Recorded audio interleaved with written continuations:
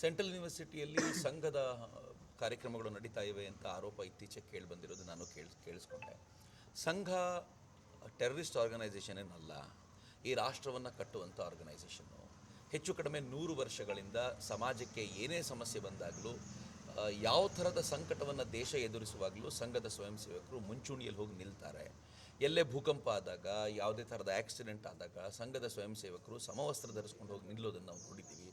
ಹೀಗಾಗಿ ಈ ಥರದ ಜನ ಎಲ್ಲ ಕಡೆ ಇರೋದನ್ನು ನಾವೇನು ಅದನ್ನು ಇವ್ರು ವಿರೋಧಿಸೋದು ಬಹಳ ಹಾಸ್ಯಾಸ್ಪದ ಸಂಗತಿ. ಮತ್ತು ಇವ್ರ ವಿರೋಧದ ನಂತರ ಬಹುಶಃ ಇವ್ರ ವಿರೋಧದ ಕಾರಣಕ್ಕೆ ಇರ್ಬೋದು ಅನಿಸುತ್ತೆ ನನಗೆ, ಕೇಂದ್ರ ಸರ್ಕಾರ ಇಷ್ಟು ದಿನಗಳ ಕಾಲ ಏನು ಗೌರ್ಮೆಂಟ್ ಸರ್ವೆಂಟ್ಸು ಸಂಘದ ಸ್ವಯಂ ಸೇವಕರಾಗಿರಬಾರ್ದು ಅಂತ ಹೇಳುವಂಥ ಕಾನೂನನ್ನು ಭಾಳ ಹಿಂದೆ ಮಾಡಿದ್ರು. ಅದನ್ನು ತೆಗೆದು ಗೌರ್ಮೆಂಟ್ ಸರ್ವೆಂಟ್ಸು ಕೂಡ ಸಂಘದ ಸ್ವಯಂ ಸೇವಕರಾಗಿರ್ಬೋದು. ಯಾಕೆಂತಂದರೆ ಸಂಘ ರಾಷ್ಟ್ರದ ಕೆಲಸಕ್ಕೋಸ್ಕರ ಸದಾ ಮುಂಚೂಣಿಯಲ್ಲಿರುವಂಥದ್ದು ಅಂತ ಏನು ಹೇಳಿದೆ, ಅದು ಬಹುಶಃ ಇವ್ರಿಗೆ ಕೊಟ್ಟಿರುವಂಥ ಸರಿಯಾದ ತಪ್ರಾಕಿ ಅಂತ ಅನಿಸುತ್ತೆ.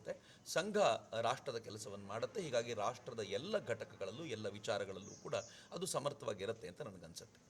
ಇದು ಚರ್ಚೆ ಪ್ರತಿ ಬಾರಿಯೂ ಕೂಡ ನಮ್ಮ ವಿಶ್ವವಿದ್ಯಾಲಯಗಳನ್ನು ಲೆಫ್ಟ್ ಐಡಿಯಾಲಜಿಯಿಂದ ತುಂಬಿಸ್ಬಿಡಬೇಕು ಅಂತ ಇವ್ರ ಪ್ರಯತ್ನ ಏನು ಮಾಡಿದರು.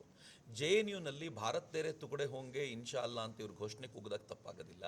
ನೀವು ಡೆಲ್ಲಿ ಯೂನಿವರ್ಸಿಟಿಯ ಅನೇಕ ಕಾಲೇಜುಗಳಲ್ಲಿ ಭಾರತವನ್ನು ನಾಶ ಮಾಡುವಂಥ ಘೋಷಣೆಗಳ ಕುರಿತಂತೆ ಇವ್ರು ಕೂಗಿದಾಗ ಆಗ ತಪ್ಪು ಅನ್ಸೋದಿಲ್ಲ.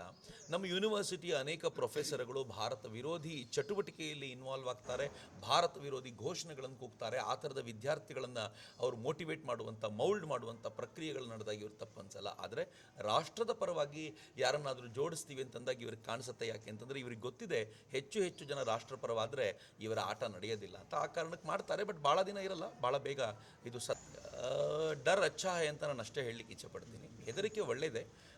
ಸಮಾಜದಲ್ಲಿ ನಮ್ಮನ್ನು ಗಮನಿಸುವಂಥವ್ರಿದ್ದಾರೆ, ನಮ್ಮನ್ನು ನಾವು ತಪ್ಪು ಮಾಡಿದರೆ ನಮಗೆ ಉಗಿಯುವಂಥವ್ರು ಇದ್ದಾರೆ ಅಂತ ಆಳುವ ರಾಜಕಾರಣಿಗಳಿಗೆ ಅನಿಸಿದರೆ ಅದು ಖಂಡಿತವಾಗಿಯೂ ಒಳ್ಳೆಯದೇ. ಅವ್ರು ನನ್ನ ಹಾಗೆ ಭಾವಿಸಿಕೊಂಡ್ರೆ ನಾನು ಖಂಡಿತವಾಗಿಯೂ ಅದಕ್ಕೆ ಭಾಳ ಸಂತೋಷ ವ್ಯಕ್ತಪಡಿಸ್ತೀನಿ ಮತ್ತು ಕಲಬುರಗಿಗೆ ಮತ್ತೆ ಬರ್ತಾ ಇರ್ತೀನಿ ಅಂತ ನಾನು ಇಲ್ಲಿನ ಜನರಿಗೆ ಆಶ್ವಾಸನೆ ಕೊಡಲಿಕ್ಕೆ ಬಯಸ್ತೀನಿ.